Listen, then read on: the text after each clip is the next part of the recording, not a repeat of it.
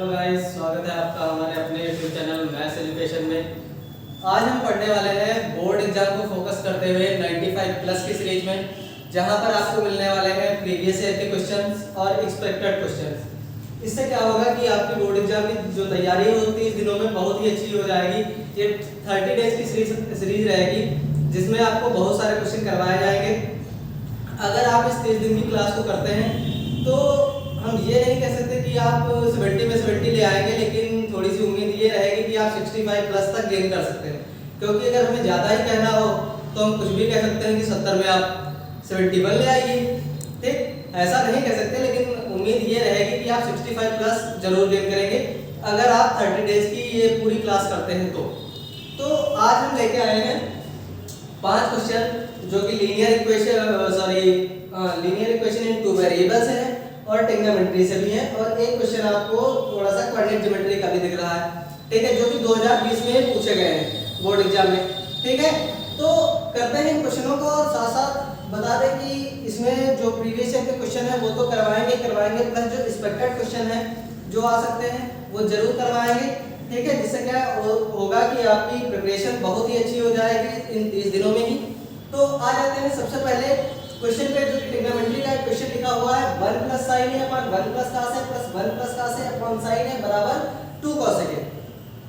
तो देखते हैं कि हम लोग इसको कैसे करेंगे।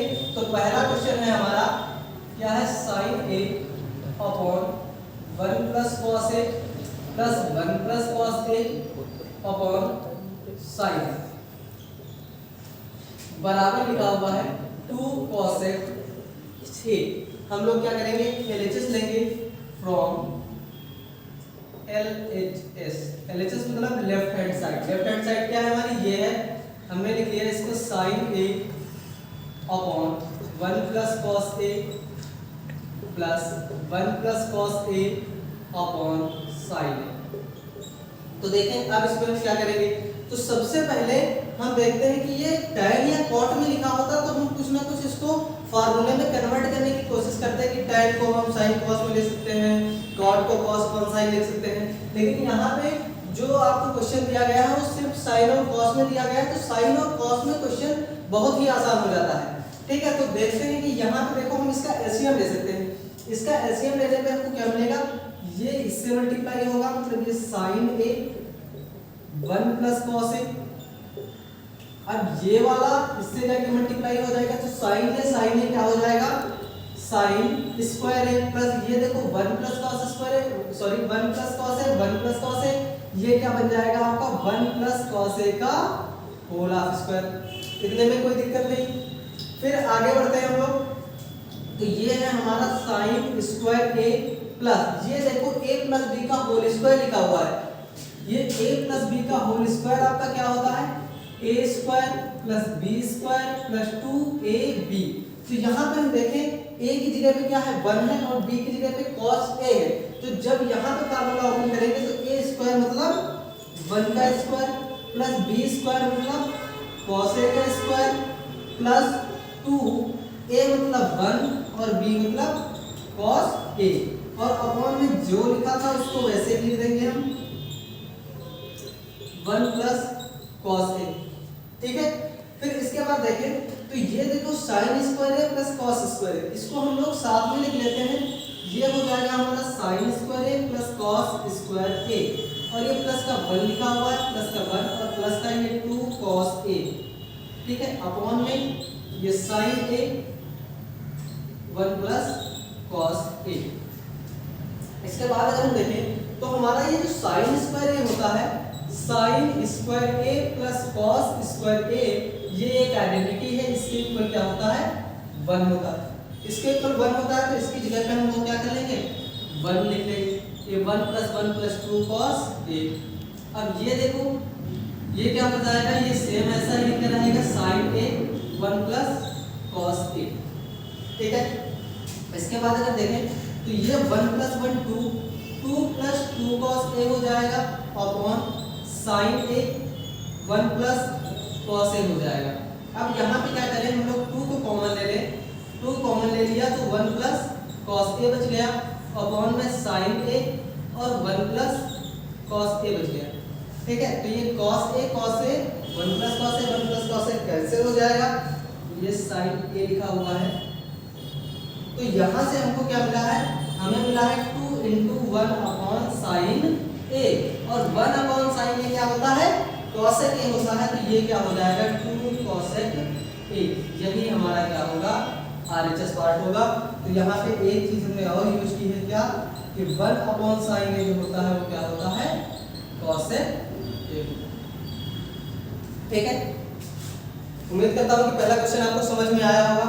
आप इसका स्क्रीनशॉट ले लीजिए और फिर इसके आगे हम बढ़ते हैं दूसरे क्वेश्चन पे। अगर आप वीडियो पूरा देखते हैं, 30 डेज की क्लास करते हैं, तो मैं आपको गारंटी देता हूं कि आपके मार्क्स बहुत ही अच्छे आएंगे। ठीक है,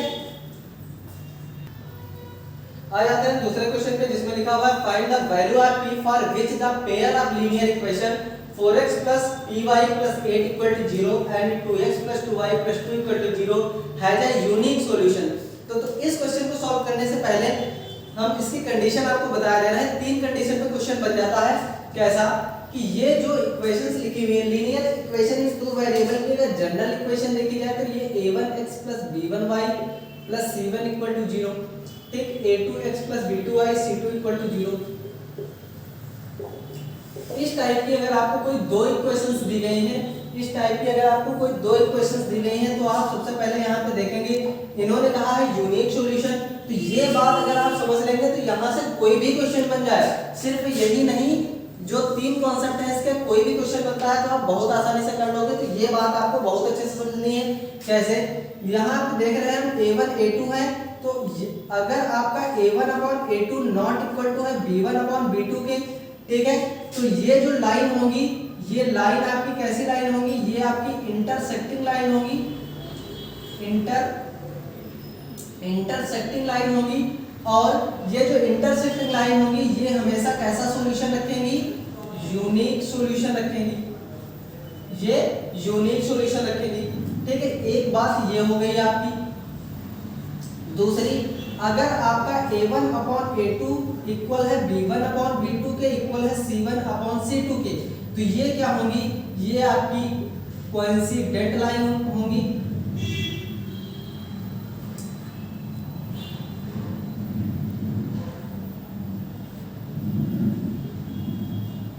कोइंसिडेंट लाइन होंगी।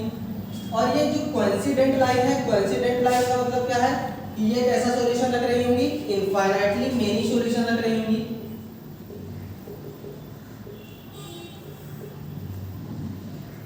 ये आपकी इनफाइनाइटली मेनी सॉल्यूशन लग रही होंगी। दो चीजें। तीसरी बात इसमें क्या है, यदि आपका a1 अपॉन a2 इक्वल है b1 अपॉन b2 के, नॉट इक्वल है c1 अपॉन c2 के, तो ये लाइन कैसी होंगी, ये पैरेलल लाइंस होंगी, पैरेलल लाइंस। और पैरेलल लाइंस मतलब नो सॉल्यूशन, पैरेलल लाइंस मतलब नो सॉल्यूशन। पैरेलल लाइन जब एक दूसरे को कहीं भी इंटरसेक्ट ही नहीं करेंगी, और अगर लाइन आपकी इंटरसेक्ट नहीं कर रही है तो वो कोई भी सॉल्यूशन नहीं रख रही होंगी। ठीक है, तो ये आपको बातें बहुत अच्छे से ध्यान रखनी है। अगर ये चीज आपकी गलत नहीं हो रही तो क्वेश्चन आपका गलत नहीं होगा। इसमें और एक बात आपको ध्यान रखनी है, कहीं कहीं पे वो आपसे unique infinite many solution in सब पे ना पूछकर वो कभी कह देता है, कभी पूछ लेता है ये लाइंस जो दी गई है वो कंसिस्टेंट है या इनकंसिस्टेंट है। तो कंसिस्टेंट और इनकंसिस्टेंट की अगर हम बात करें तो ये जो दो लाइनें आपको दिख रही हैं जो कि इंटरसेक्टिंग होगी या कोइंसिडेंट, कोइंसिडेंट लाइन का मतलब आप समझ पा रहे हैं। कोइंसिडेंट लाइन का मतलब ये है कि एक लाइन दूसरे पे क्या हो जाएगी, ओवरलैप हो जाएगी। और जब लाइन ओवरलैप हो जाएगी तो उसके बहुत सारे सॉल्यूशंस मिलने लगेंगे। ठीक है, ये बात आप समझ जाइए। तो यहाँ पे क्या है, इंटरसेक्टिंग लाइन और जो कोइंसिडेंट लाइन है, मतलब जिनका सॉल्यूशन निकल सकता है वो आपकी क्या होंगी, कंसिस्टेंट लाइन होंगी, कंसिस्टेंट लाइन होंगी। और जिसका सॉल्यूशन नहीं निकलेगा मतलब पैरेलल लाइन जो होगी वो इनकंसिस्टेंट लाइन है, इनकंसिस्टेंट लाइन। ठीक है, ये बात आप समझ गए। आप इसका स्क्रीनशॉट ले लीजिए क्योंकि इस पे बेस बहुत सारे क्वेश्चन आएंगे तो आप बहुत आसानी से इसको कर पाएंगे। ठीक है, ठीक है। आ जाते हैं आप क्वेश्चन नंबर 2 पे। क्वेश्चन नंबर 2 हमारा क्या कह रहा है, फाइंड द वैल्यू आपकी for which the pair of equations, कौन कौन सी इक्वेशन दी गई है आपकी। पहली इक्वेशन है 4x + py + 8 = 0। एक इक्वेशन आपकी है 2x + 2y + 2 = 0। ये इक्वेशन फर्स्ट है, ये इक्वेशन सेकंड है। और इन्होंने कहा है कि आप p की वैल्यू बताओ जब ये दोनों इक्वेशंस क्या रख रही हैं, यूनिक सॉल्यूशन रख रही हैं। तो यूनिक सॉल्यूशन की कंडीशन अभी हम लोगों ने पढ़ी कि a1/a2 नॉट इक्वल होता है b1/b2 के। तो वो इक्वेशंस क्या रख रही होती है, यूनिक सॉल्यूशन रख रही होती है। तो देख लेते हैं इसका सॉल्यूशन कैसे हम लोग करेंगे। सॉल्यूशन पे आएंगे तो सबसे पहले क्या करेंगे, on comparing equation first and second by a1x + b1y + c1 = 0 and a2x + b2y + c2 = 0, then we get, तब हमें क्या मिलेगा, हमें a1 की वैल्यू मिलेगी। देखो ये आपका a1 है, तो यहाँ पे a1 क्या है 4 है, ये a1 हो गया। देखिए हम b1 की वैल्यू क्या मिलेगी, यहाँ b1 और ये y का कोफिशिएंट क्या है आपका p है, तो b1 की वैल्यू p हो गई। फिर c1 अगर देखें तो यहाँ पे क्या है 8 है। फिर देखें हमारा a2 क्या हो जाएगा, a2 ये वाला हो जाएगा, a2 आपका 2 है। फिर क्या है b2 देख लें तो b2 हमारा क्या हो जाएगा 2 हो जाएगा। फिर हम देखें c2 हमारा क्या हो जाएगा, ये भी हमारा 2 हो जाएगा। तो अब इसमें कहा गया है कि ये यूनिक सॉल्यूशन रख रही है, ठीक। इफ या फिर आप कह सकते हैं फॉर यूनिक सॉल्यूशन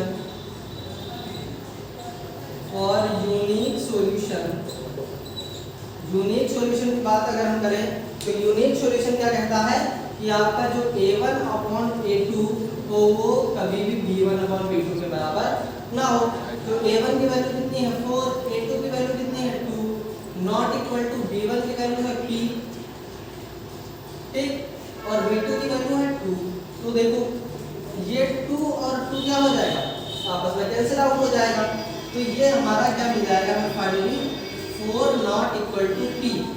इसका मतलब ये हो गया कि p की वैल्यू 4 को छोड़कर आप कोई भी वैल्यू चूज करिए तो ये क्या हो जाएगा, यूनिक सॉल्यूशन हो जाएगा। मतलब कहने का मतलब ये है कि p की वैल्यू 4 पे ये यूनिक सॉल्यूशन नहीं रख रही होगी, बाकी किसी पे भी रख हो सकता है ये यूनिक, ठीक है।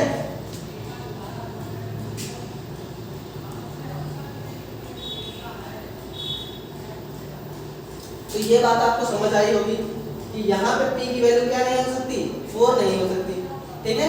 p नॉट इक्वल टू 4 लिखा हुआ है।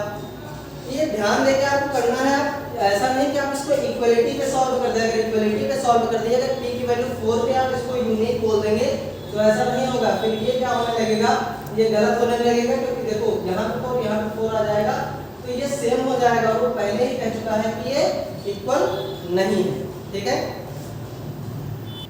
चलिए आ जाते हैं क्वेश्चन नंबर 3 पे। क्वेश्चन नंबर 3 में क्या दिया गया है, 1 - sin थीटा अपन 1 + sin थीटा बराबर sec थीटा - tan थीटा का होल स्क्वायर। तो यहाँ पे आएंगे सबसे पहले हम क्या लेंगे, इसका LHS पार्ट लेंगे और LHS को RHS के बराबर क्या करेंगे, प्रूव करेंगे। तो LHS पार्ट क्या है 1 - sin थीटा और 1 + sin थीटा, ठीक, ये LHS है। तो अब इस क्वेश्चन को देख के हमें ये नहीं समझ में आ रहा है कि ये कैसे फॉर्म हो।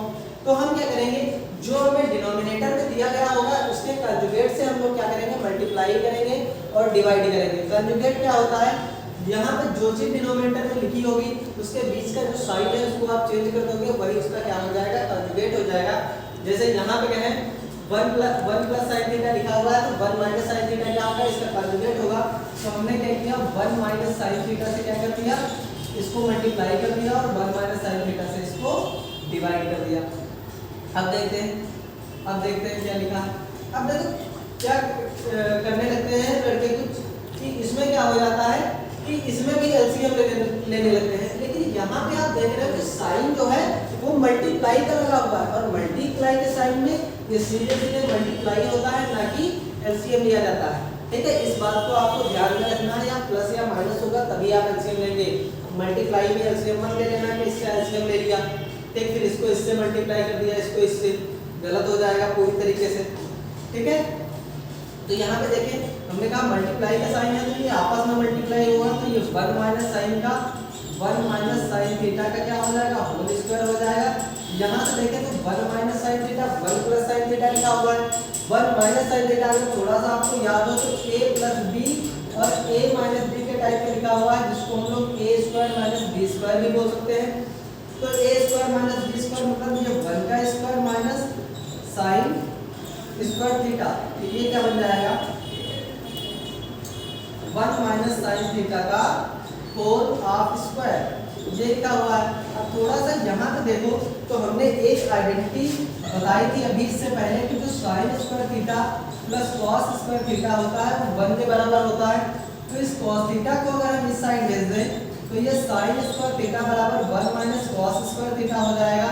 तो देखो क्या हम साइन स्क्वायर यहाँ पे देख लो कि यहाँ पे क्या है साइन स्क्वायर थीटा है, तो हम लोग क्या करेंगे साइन स्क्वायर थीटा को भेज देंगे, ये कॉस को नहीं भेजेंगे। हमने क्या किया इस साइन स्क्वायर थीटा को भेज दिया उस साइड, तो क्या हो जाएगा ये cos स्क्वायर थीटा बराबर हो जाएगा 1 माइनस साइन स्क्वायर थीटा। तो क्या हम 1 माइनस साइन स्क्वायर थीटा की जगह cos स्क्वायर थीटा लिख सकते हैं। तो हमने क्या किया इसको लिख लिया cos स्क्वायर थीटा। अब देखो इन दोनों इस पे भी स्क्वायर है, इस पे भी स्क्वायर है, तो क्या हम इसको 1 minus sine theta upon cos theta का होल हाफ स्क्वायर लिख सकते हैं। हमने इसको ऐसा लिख लिया। फिर देखो कुछ फार्मूलों की इसमें जरूरत पड़ेगी, जैसे हम आपको बता दें कि 1 माइनस cos थीटा जो होता है वो आपका sec थीटा होता है। ठीक है, इस बात को भी आपको ध्यान में रखना है। और sin theta upon cos theta जो होता है वो क्या होता है आपका tan थीटा होता है, इस बात को आपको ध्यान में रखना है। तो यहाँ पे अगर हम देखें तो ये क्या है 1 माइनस cos थीटा, इसको देखो ये कुछ इस टाइप का लिखा हुआ है a plus b upon c, minus तो माइनस लिख लेते हैं a minus b upon c है। तो जब ये ऐसा लिखा है तो क्या हम इसको 1 माइनस सी अपॉन बी अपॉन सी लिख सकते हैं, क्योंकि आपको पता है कि जब आपका डिनोमिनेटर क्या हो सेम हो तो ऊपर ये साइन के अकॉर्डिंग इसको आइडिया से प्रैक्टिकल लेते हैं। ठीक है, तो यहाँ पे देखें ये ऐसा ही कुछ लिखा हुआ था, तो क्या हम इसको 1 upon cos theta minus sine theta upon cos theta लिख सकते हैं, इसका होल स्क्वायर। ठीक है, तो 1 अपॉन cos थीटा क्या होता है sec थीटा होता है, sin theta upon cos theta क्या होता है tan थीटा होता है, ये होल स्क्वायर हो जाएगा। और यही RHS है, यही हमें प्रूव करना था। तो LHS बराबर क्या हो जाएगा RHS के हो जाएगा। ठीक है, देखो कितना सिंपल तरीके से हर एक क्वेश्चन सॉल्व हो रहा है। बहुत ज्यादा कठिन क्वेश्चन आपके नहीं पूछे जाते हैं, बस क्या करना है आपको तरीके से पढ़ना है, थोड़ा सा पेशेंस रखना है। आप थोड़ा सा अगर साथ देंगे हमारा तो हम आपके बेहतर रिजल्ट के लिए बहुत ही मेहनत करेंगे, और साथ साथ आप भी मेहनत करिए कि इससे क्या होगा कि आपका रिजल्ट अच्छा आएगा, तो आप भी खुश होंगे। ठीक है, आगे देखते हैं। चलिए ठीक है, आ जाते हैं क्वेश्चन नंबर 4 पे। इसमें क्या लिखा हुआ है, दो इक्वेशंस दी गई हैं। कौन कौन सी इक्वेशन है आपकी, एक है kx प्लस 3y बराबर k माइनस 3। तो इसको थोड़ा सा अगर हम सॉल्व करें तो ये kx plus 3y minus k minus 3 equal to 0 हो जाएगा। दूसरी इक्वेशन आपकी लिखी है, इसको इक्वेशन फर्स्ट आप मान लेना, दूसरी लिखी हुई है 12x प्लस ky बराबर k। तो इसको हम लोग 12x प्लस ky माइनस के इक्वल टू 0 लिख सकते हैं, ये इक्वेशन सेकंड हो जाएगी। कंपेयर कर लेंगे, on comparing a1x plus b1y plus c1 on comparing equation first and second by a1x plus b1y plus c1 equal to 0 and a2x plus b2y plus c2 equal to 0, then we get. तो simple सा फिर वही करना है, हमारी equation ये और ये है। तो यहाँ से देखो a1 की वैल्यू क्या मिल गई है, यहाँ पे k लिखी हुई है, a1 की वैल्यू। a2 की वैल्यू देख लो, यहाँ पे 3 लिखी हुई है, और यहाँ पे b1 की 3 लिखी हुई है। इसी तरीके से c1 की लिखी हुई है माइनस k माइनस 3, ये c1 की हो जाएगी। फिर देखें a2 की वैल्यू क्या है हमारी 12 है, और b2 की वैल्यू क्या है हमारी k है, और c2 की वैल्यू क्या है हमारी माइनस k। ठीक है, अब इसके बाद हम देखेंगे कि ये क्या दिया गया है। इन्होंने कहा है कि ये जो इक्वेशंस है वो क्या कर रहे हैं, इनफाइनाइटली मेनी सॉल्यूशन लग रहे हैं। तो इनफाइनाइटली मेनी सॉल्यूशन की भी कभी हमने कंडीशन देखी कि इसमें क्या होते हैं, तीनों बराबर होते हैं, a1/a2 बराबर b1/b2 बराबर c1/c2 और infinitely many solution. Infinitely many solution की अगर हम बात करें तो a1/a2 बराबर होगा b1/b2 के बराबर होगा c1/c2 के। देखते हैं इसको सॉल्व करके। आप क्या करेंगे, इसका स्क्रीन सॉल्व कर लीजिए। तो हम इस ऊपर वाले को थोड़ा सा क्या करेंगे, इरेज कर देंगे। तो आ जाते हैं इसमें a1/a2। तो a1 क्या है हमारा, a1 है हमारा k, a2 क्या है a1/a2 12 बराबर हो जाएगा b1/b2 मतलब 3/k बराबर हो जाएगा c1/c2 मतलब -k -3 ये क्या हो जाएगा -k के बराबर। तो यहाँ पे अगर हम देखें तो ये तीनों बराबर होते हैं, कोई भी दो बराबर ले लें, हमने इसको बराबर ले लिया तो ये क्या हो जाएगा k/12 = 3/k। अब देखो इक्वलिटी है, क्रॉस मल्टीप्लाई हो जाएगा, ये k क्या हो जाएगा k² हो जाएगा और ये 36 हो जाएगा। k 36 हो जाएगा तो k की वैल्यू क्या आ जाएगी, k की वैल्यू आ जाएगी √36 मतलब k जो आएगा आपका वो आ जाएगा ±6। बस यही k की ऐसी वैल्यूज होंगी जो क्या रखेंगी, इनफाइनाइटली मेनी सॉल्यूशन रखेगी। ठीक है, अब आ जाते हैं हम लोग अपने लास्ट वाले क्वेश्चन पे। चलिए आ जाते हैं हम क्वेश्चन नंबर 5 पे, जो कि एक ट्रायंगल एबीसी दिया गया है और इसके कोऑर्डिनेट दिए गए हैं और इसका एरिया फाइंड करने को कहा गया है। एक कोऑर्डिनेट ज्योमेट्री से क्वेश्चन है एरिया ऑफ ट्रायंगल का। ठीक है, तो यहाँ पे पहले क्या होता था, ट्रायंगल आपको कोई दिया गया होता था, जैसे राइट एंगल दिया गया होता था, उसमें बेस होता था और उसकी हाइट होती थी। तो सिंपल सा फार्मूला क्या था, 1/2 बेस इनटू हाइट, आसानी से निकाल लेते थे। लेकिन यहाँ पे आपको ट्रायंगल के क्या दिए गए, कोऑर्डिनेट दिए गए हैं, तो इसको भी हम लोग बहुत आसानी से करेंगे। इसके लिए एक फार्मूला है आपका एरिया ऑफ ट्रायंगल का। एरिया ऑफ ट्रायंगल ये होता है आपका 1/2। आप इसको याद करने की एक ट्रिक है, उस ट्रिक के साथ ही हम इसको लिख रहे हैं x y - y plus x y - y plus x y - y। तो ये क्या हो जाएगा आपका 123 मतलब 123 231 312। ये क्या हो जाएगा आपका फार्मूला हो जाएगा। तो यहाँ पे देखें आपको पॉइंट्स क्या क्या गिवन है, आपको पॉइंट्स गिवन है। ए के कोऑर्डिनेट है आपके a, b plus c, b के कोऑर्डिनेट है आपके b, c plus a और c के कोऑर्डिनेट है आपके c, a plus b। तो ये आपका x1 होगा, ये आपका y1, ये आपका x2, ये आपका y2, ये आपका x3 और ये आपका y3। आ जाते हैं सीधे इसके एरिया पे। तो एरिया ऑफ ट्रायंगल ABC हमारा क्या हो जाएगा, यहाँ से देखें तो ये 1/2 रहेगा, फिर x1 की वैल्यू यहाँ पे क्या है a है, फिर देखें क्या है y2 क्या है हमारा c plus a है y2, फिर उसके बाद देखें y3 हमारा क्या है ये -a। अब माइनस मल्टीप्लाई होगा तो ये भी माइनस हो जाएगा, -b ये चीज आ जाएगी, प्लस x2 देख ले हमारा क्या है, x2 हमारा b है। फिर इसके बाद देखें तो हमारा क्या दिया गया है y3 हमारा क्या है a plus b है। फिर माइनस y1 की बात करें तो y1 हमारा b plus c है तो ये b minus c हो जाएगा। फिर प्लस इसके बाद अगर हम बात करें तो ये हमारा क्या होना चाहिए x3 होना चाहिए, x3 क्या है हमारा c है, c के साथ अगर हम देखें तो आपका y1 आपका क्या है b plus c है। ठीक है, ये b plus c है। माइनस अगर हम करें तो क्या आएगा आपका y2 आएगा, y2 जो कि आपका c plus a है तो ये c minus a हो जाएगा। देखें क्या कुछ कैंसिल हो रहा है, देखो यहाँ से a और a कैंसिल हो रहा है, नेगेटिव पॉजिटिव में है। यहाँ पे आ जाएंगे b और b कैंसिल हो रहा है, यहाँ पे देखें तो c और c कैंसिल हो रहा है। जो बच रहा है उसको हम लोग लिख लेते हैं, तो ये 1/2। यहाँ से देखो ये c minus b बच रहा है, मतलब a c minus b plus b a minus c और plus c b minus a, ये चीज हमको मिल रही है। अब क्या करेंगे हम लोग आपस में इसको मल्टीप्लाई करवा देंगे, तो ये इससे भी मल्टीप्लाई होगा तो ये ac आ जाएगा, ये इससे मल्टीप्लाई होगा माइनस का ab, ये इससे मल्टीप्लाई होगा तो प्लस का ab, ये इससे मल्टीप्लाई होगा तो माइनस का bc। फिर क्या है, ये प्लस लगा हुआ है, ये इससे मल्टीप्लाई होगा तो प्लस का BC, ये इससे मल्टीप्लाई होगा तो माइनस का CA या AC कुछ भी आप लिख सकते हैं। तो यहाँ से देखें क्या कुछ कैंसिल होगा, ये और ये कैंसिल हो गया, BC से BC कैंसिल हो गया, AC से AC कैंसिल हो गया, फाइनली ये हमको 0 मिल गया। तो इसका एरिया ऑफ ट्रायंगल क्या होगा, इसका एरिया ऑफ ट्रायंगल आपको क्या मिल जाएगा, 0 मिल जाएगा। अगर एरिया ऑफ ट्रायंगल 0 मिल गया मतलब ये जो पॉइंट्स दिए गए थे, हमने क्या किया था, पहले ट्रायंगल एक मान लिया था कि हाँ ये ट्रायंगल होगा, लेकिन यहाँ पे एरिया ऑफ ट्रायंगल 0 बन गया, मतलब श्योर है कि इससे कोई एरिया कोई ट्रायंगल फॉर्म ही नहीं होगा। अगर फॉर्म नहीं होगा तो ये जो पॉइंट्स दिए गए हैं ये आपके पॉइंट्स क्या होंगे, कोलिनियर होंगे।